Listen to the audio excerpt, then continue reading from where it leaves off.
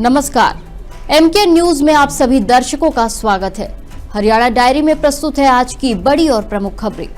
हरियाणा के मुख्यमंत्री नायब सिंह सैनी मंगलवार को पश्चिम बंगाल की राजधानी कोलकाता पहुंचे और राज्य की सत्तारूढ़ सरकार पर तीखा हमला बोला। उन्होंने आरोप लगाया कि पश्चिम बंगाल में लोकतंत्र कमजोर हो रहा है और राज्य सरकार संवैधानिक संस्थाओं का सम्मान नहीं कर रही है।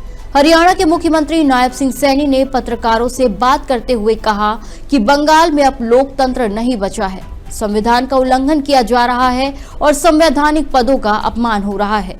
बंगाल की जनता ने तय कर लिया है कि आने वाले समय में यहां प्रधानमंत्री मोदी के नेतृत्व में सरकार बनेगी। मैं तो बंगाल के बारे में जो चर्चाएं हैं, यहाँ लोकतंत्र नाम की चीज तो रही नहीं है। किस प्रकार से लोकतंत्र को कुचल करके, संविधान को कुचल करके, संवैधानिक पीठ का जिस प्रकार से ममता बनर्जी अपमानित कर रही हैं, दुर्भाग्यपूर्ण है।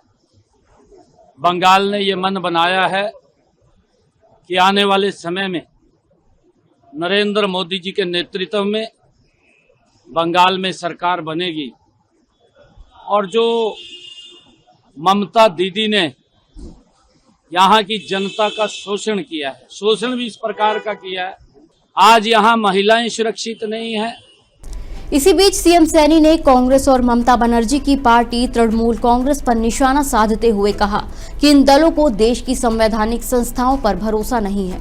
इसी के साथ ही सीएम सैनी ने राज्य की कानून व्यवस्था और औद्योगिक स्थिति पर भी सवाल उठाए। उन्होंने कहा कि पश्चिम बंगाल से उद्योग पलायन कर रहे हैं और यहाँ कानून का राज कमजोर हो गया है। उन्होंने कहा कि राज्य के लोग अब बदलाव चाहते हैं और वो चाहते हैं कि बंगाल भी विकसित भारत के लक्ष्य के साथ आगे बढ़े।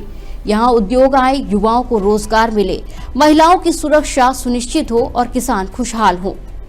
बंगाल से आजादी की लड़ाई में यहाँ के युवाओं ने अपनी कुर्बानियां दी हैं।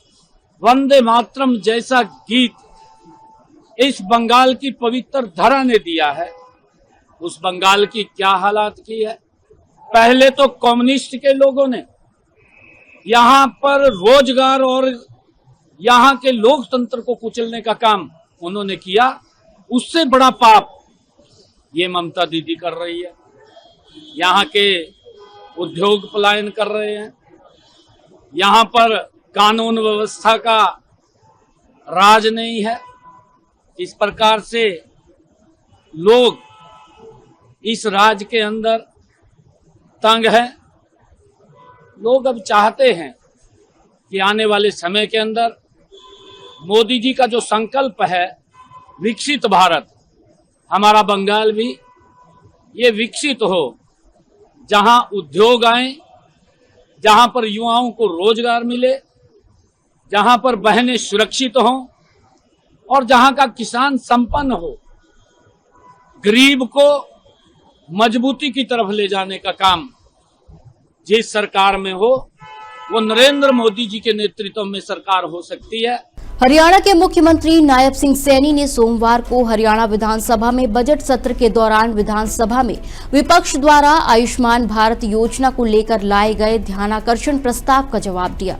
इस दौरान सीएम सैनी ने कहा कि पीएम मोदी के नेतृत्व में आयुष्मान भारत प्रधानमंत्री जन आरोग्य योजना की शुरुआत 23 दिसंबर 2018 को की गई थी। इसके तहत पात्र परिवारों को प्रति वर्ष प्रति परिवार 5 लाख रुपए तक का स्वास्थ्य बीमा कवर प्रदान किया जाता है।